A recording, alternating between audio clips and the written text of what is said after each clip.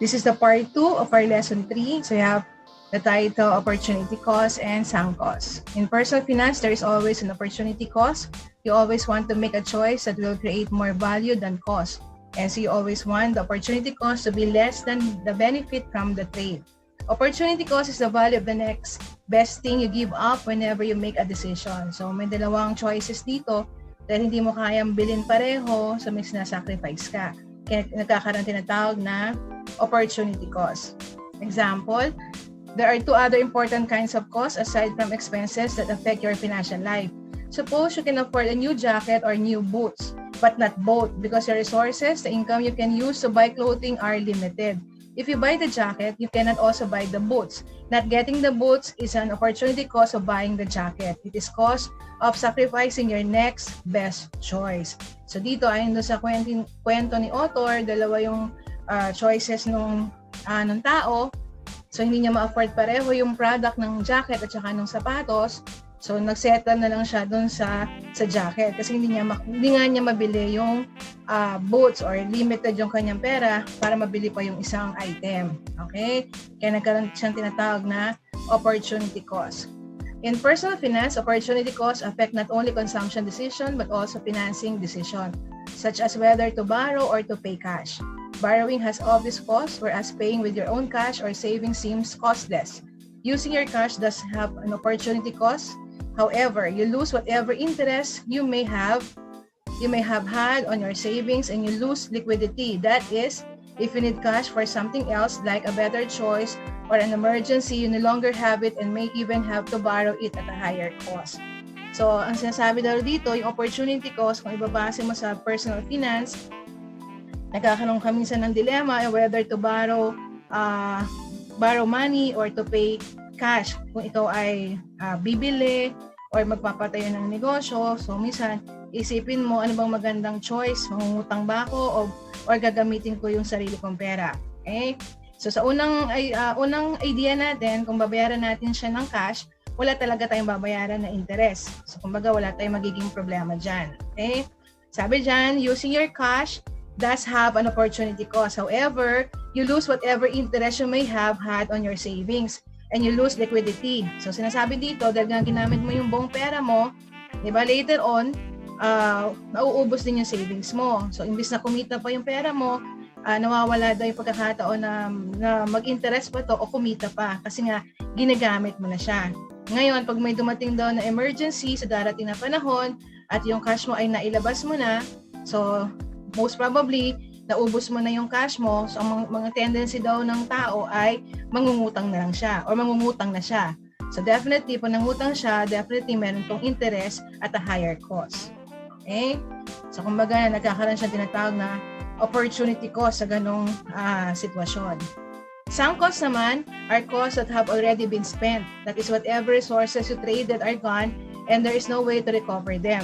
Decision by definition can be made only about the future, not about the past. A trade, when it's over, is over and done. So recognizing the sunk costs are truly sunk can help you make better decision. Okay? So ito yung sunk costs na to. Sa simple paliwanag, ito yung mga bagay na ginastusan mo pero hindi mo talaga na-recover o nasulit yung cost mo doon o yung pagkakabili mo sa kanya. Kumbaga natenga lang, nabulok lang, or hindi mo napakinabangan ng matagal na panahon. Okay? So yung investment mo doon ay natulog lang or hindi mo na-recover. So ang tawag daw doon ay sunk cost. Next, another topic, we have asset. An asset is an item with economic value that can be converted to cash. Assets are resources that can be used to create income or reduce expenses and to store value. The following are examples of tangible or material assets. Okay? Pag sabi nating asset, ito yung mga resources na pag-aari natin na pwede nating later on ibenta at a higher price.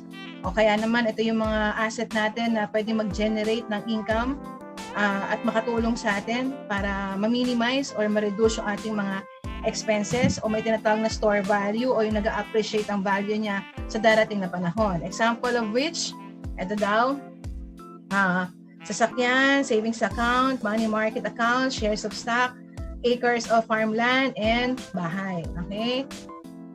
So yung iba dito na-discuss na natin sa mga nakaraang mga topic or lesson. Okay? So sinasabi dito na may mga asset daw na anytime pwede mo i-dispose, maibenta para ma-convert mo into cash. May mga asset din na it will take time or medyo mahirap talagang maibenta at matatagal lang talaga para ma-convert mo siya into cash. Okay? So asset may be used to store wealth, create income, and reduce future expenses. So magagamit mo siya sa darating na panahon pagka kailanganin mo ng additional income or additional pera para sa iyong business or kung may mga utang ka, pwede mo itong gamitin as pambayad. Next, another topic, asset store wealth. If the asset is more when it is resold than it was when it was bought, then you have earned a capital gain. The investment has not only stored wealth but also increased it. Of course, things can go the other way too. The investment can decrease in value while owned and be worth less when resold than it was when bought. In that case, you have a capital loss. The investment not only did not store wealth, it lost some. Okay? So, kailan ba nagkakaroon ng capital gain? For example, isang asset mo, tulad ng lupa o ng bahay, binenta mo after ilang panahon, binenta mo siya, syempre mas malaki na yung price nito kaysa dun sa panahon na binili mo siya or sa price na pagkakabili mo. So, pag nabenta mo siya ng mas malaking halaga, then magkakaroon ka daw ng tinatawag na capital gain. Kasi itong mga asset na to ay nag-appreciate ang value. Example of which, pwedeng bahay, pwedeng lupa, pwedeng mga ginto, okay, na syempre habang tumatagal ang panahon, mas tumataas ang value nito. So, nagkakaroon ka daw ng capital gain. Nagiging capital loss naman daw, pag ito yung mga assets mo, ay pag binenta mo after ilang panahon, ay hindi na kasing halaga or mas mababa na yung presyo ng pagkakabenta mo kaysa doon sa pagkakabili mo, then definitely that is a capital loss. Okay? Kumbaga, hindi mo na siya na-ibenta ng mas mataas na presyo, kumbaga mas mababa pa doon sa price ng pagkakabili mo. So, ang tawag doon is capital loss. Next, another diagram. We have gains and losses. Example, buy lower then sell higher. So, ang kanyang result would be a capital gain. So, binili ko ng mababa, binenta ko ng mas mataas. So, definitely, nagkaroon ako ng gain. Ngayon, kung binili ko siya ng mas mahal, pero binenta ko siya ng mas mababa, ang tawag doon is a capital loss. Okay? The better investment asset is the one that increases in value, creates a capital gain during the time you are storing it. Okay ba? So, pinakamaganda daw investment ay yung mga resources or assets na nag-appreciate talaga ang value habang hino-hold mo siya or habang hindi mo pa siya dinadispose, ay tumataas ang kanyang value. Okay? Next, assets create income. Some assets not only store wealth but also create income. An investment in an apartment house stores wealth and creates rental income, for example. An investment in a share of stock stores wealth and also perhaps create dividend income. A deposit in a savings account stores wealth and creates interest income. So based on the title, ito yung asset mo na nag-create ng kita. Okay? Or from the asset, nakakapag-generate ka pa ng income. Example nga, kung meron ka mga paupahan or apartment, alam natin ang apartment o yung mismong building is an asset. Okay? Tapos kung may nagre-rent dyan, ginagamit mo as an office space or yung apartment talaga for rental, so definitely monthly meron tong income na nag-generate sa'yo. Okay? Another is kung bumili ka ng stocks or nag-invest ka sa stocks, definitely yung stocks mong yan, habang tumatagal, kumikita yan, nagkakaroon ng dividend yan, so nagkakaroon ng interest yan, so yung asset mo ay kumikita pa. Ganon din ang savings deposit mo, so yung pera mo na nilagay mo sa bangko, after few years, definitely magkakaroon na yan mas malaking interest. So nag-generate ng kita yung tinatawag mong assets. Okay? Asset reduce expenses. Some assets are used to reduce living expenses. Purchasing an asset and using it may be cheaper than arranging for an alternative. For example, buying a car to drive to work may be cheaper in the long run than renting one or using public transportation. The car typically will not increase in value, so it cannot be expected to be a store of wealth. Its only role is to reduce future expenses. Okay? So, sinasabi dito na yung sasakyan, although yung mga sasakyan, alam natin, hindi siya nag-appreciate ng value habang tumatagal, bumababa ang value niyan. Kaya lang daw, kung bibili ka daw ng sasakyan, nakakatulong daw sa iyo to para ma-reduce daw yung expenses mo. Kesa nga daw mamasahe ka pa everyday, 'di ba? Yung pamasahe mo sa Grab or sa taxi, kung susumahin mo sa ilang taon mong pag-commute, sana nakabili ka na ng sarili mong kotse. Okay? So, kumbaga, mas okay na bumili ng mga sasakyan as an asset para lang in a way, ma-reduce mo yung living expenses mo. Ganon din, kung ikaw ay bibili ng bahay or renta ka ng bahay, so imbis na sana yung mga panahon na nagre-renta ka ay binili mo na ng bahay or inipon mo na or ininvest mo na as hulugan, after ilang panahon, meron ka ng sarili mong bahay. Okay? So that is asset, reduce expenses. Next, debt and equity.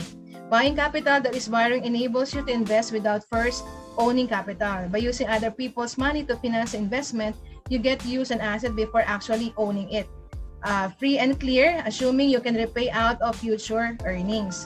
Borrowing capital has cost. However, so the asset will have to increase wealth, increase earnings, or decrease expenses enough to compensate for its cost. In other words, the asset will have to be more productive to earn enough to cover its financing costs, the cost of buying or borrowing capital to buy the asset. So sinasabi dito, whether ang ginamit mo is buying or borrowing capital to buy the asset, kailangan talaga mag-generate ng income yung investment para mabayaran mo yung interest ng pagkakautang mo or yung ginamit mong investment. Diba? Kung ikaw ay nag-invest para magsimula ng business, kailangan yung business mo talaga ay mag-generate ng income para bumalik yung iyong investment. Okay? Ganon din naman pag ikaw ay nanghiram ng pera para sa iyong kapital, definitely yung business mo din ay dapat maganda ang growth or mag-generate talaga ng income para mabayaran mo yung pagkakautang mo. Next, another topic, the uses of debt and equity. Debt is a way to make an investment that could not otherwise be made to buy an asset, example, house, car, corporate stock, that you couldn't buy without borrowing. If that asset is expected to provide enough benefits like increased value or create income or reduce expenses to compensate for its additional cost, then the debt is worth it. However, if debt creates additional expense without enough additional benefit, then it is not worth it. The trouble is, while the costs are usually known upfront, the benefits are not. That adds a dimension of risk to debt, which is another factor in assessing whether it is desirable. Okay, so debt is utang. So definitely may mga pagkakataon na kailangan mo umutang or manghiram ng pera for investment or bibili lang ng mga particular asset tulad ng bahay or kotse. Okay, kasi hindi mo kaya siyang bilhin ng cash or talagang wala kang or hindi mo talaga ma-afford. So, ang alternative mo na lang talaga is mag-loan or mangutang. Ngayon, nagiging okay daw yung pangungutang kung magagamit daw natin yung pera na inutang natin. For example, nag-invest tayo sa negosyo at yung negosyo ay lumago or napalago natin yung business natin. So, yung pagkakautang natin ay sulit. Okay? Ganon din kung bumili ka ng bahay o ng kotse at na-reduce yung mga personal expenses mo.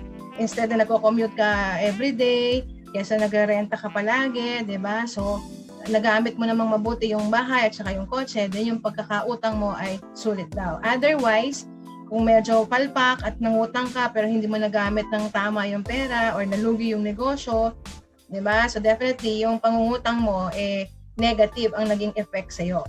Okay? O nakadagdag lang lalo ng bayarin mo. Next, the value of debt. The value of debt includes the benefits of having the asset sooner rather than later, something that debt financing enables. For example, many people want to buy a house when they have children, perhaps because they want bedrooms and bathrooms and maybe a yard for their children. Not far into adulthood, would-be home buyers may not have had enough time to save enough to buy the house outright. So they borrow to make up the difference. Over the length of their mortgage or real estate loan, they pay the interest. Okay? So, yun nga, tulad din yung binanggit kanina, syempre, malaki rin na itutulong sa atin ng pangungutang kasi may mga product na hindi natin talaga mabili or gusto nating mabili agad-agad. So, with the use of or financing or pangungutang, na-acquire natin yung mga properties na ganito o yung mga product na gusto natin with the use of pangungutang or debt. Okay? What else? Yung example dito, yung bumili ng bahay, di ba, na ginamit nilang minortgage nila or dinaan nila sa loan, definitely habang tumatagal ang panahon, nagbabayad din sila ng interest. So minsan, pag matagal yung bayaran mo ng bahay at lupa o yung tinatawag mong interest sa pagbabayad ng bahay at lupa, minsan sa sobrang tagal, parang kasing halaga na rin siya ng principal or nagdoble na.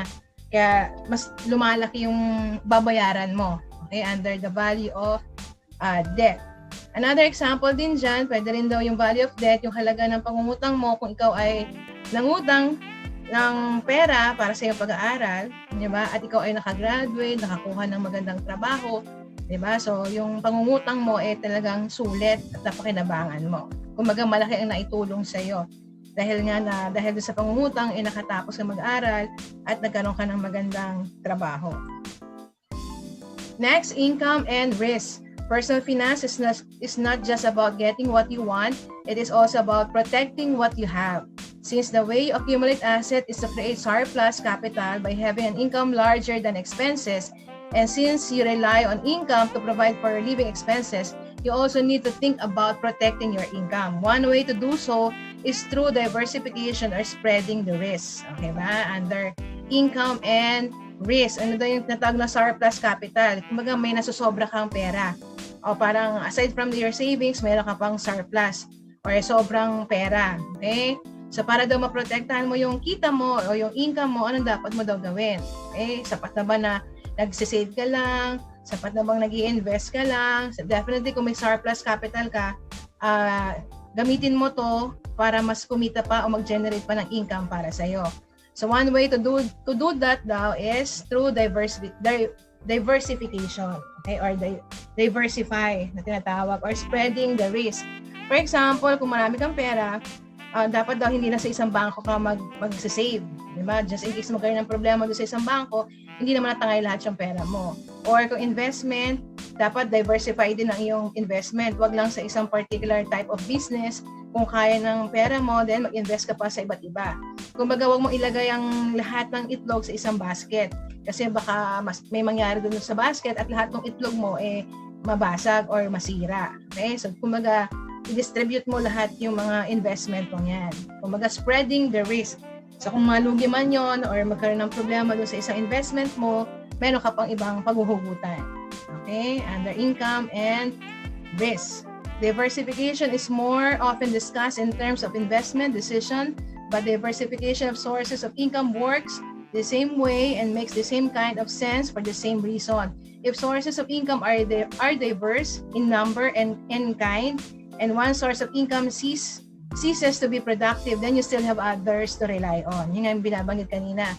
So kung marami kang investment, nalugi yung isang investment mo, so may iba ka pang investment na nagja-generate ng income sa'yo. Okay? So kung may marami kang paghuhugutan pa.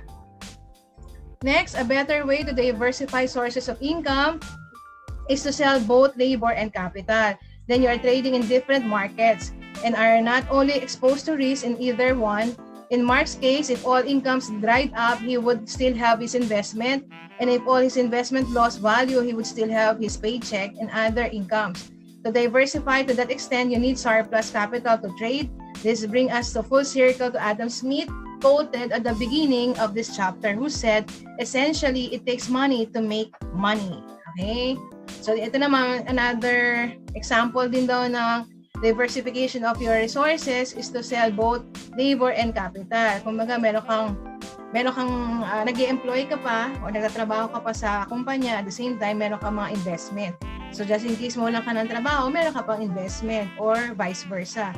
Malugi man yung mga investment mo, meron ka pang paycheck na maasahan kasi nga empleyado ka sa isang kumpanya.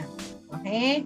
So tulad ng sinabi doon ni Adam Smith, it takes money to make money. Okay? So kailangan mo ng pera para magkaroon ka pa ng maraming pera. Okay? So siyempre, yung pera na yan gagamitin mo para sa iyong negosyo at mula doon sa kita ng negosyo mo, dadami yan yung kita. Okay? So it takes money to make money. Okay? So that's the end of our lesson 3. For your assignment, please refer to your Edmodo class. Okay? Thank you. Good day, everyone.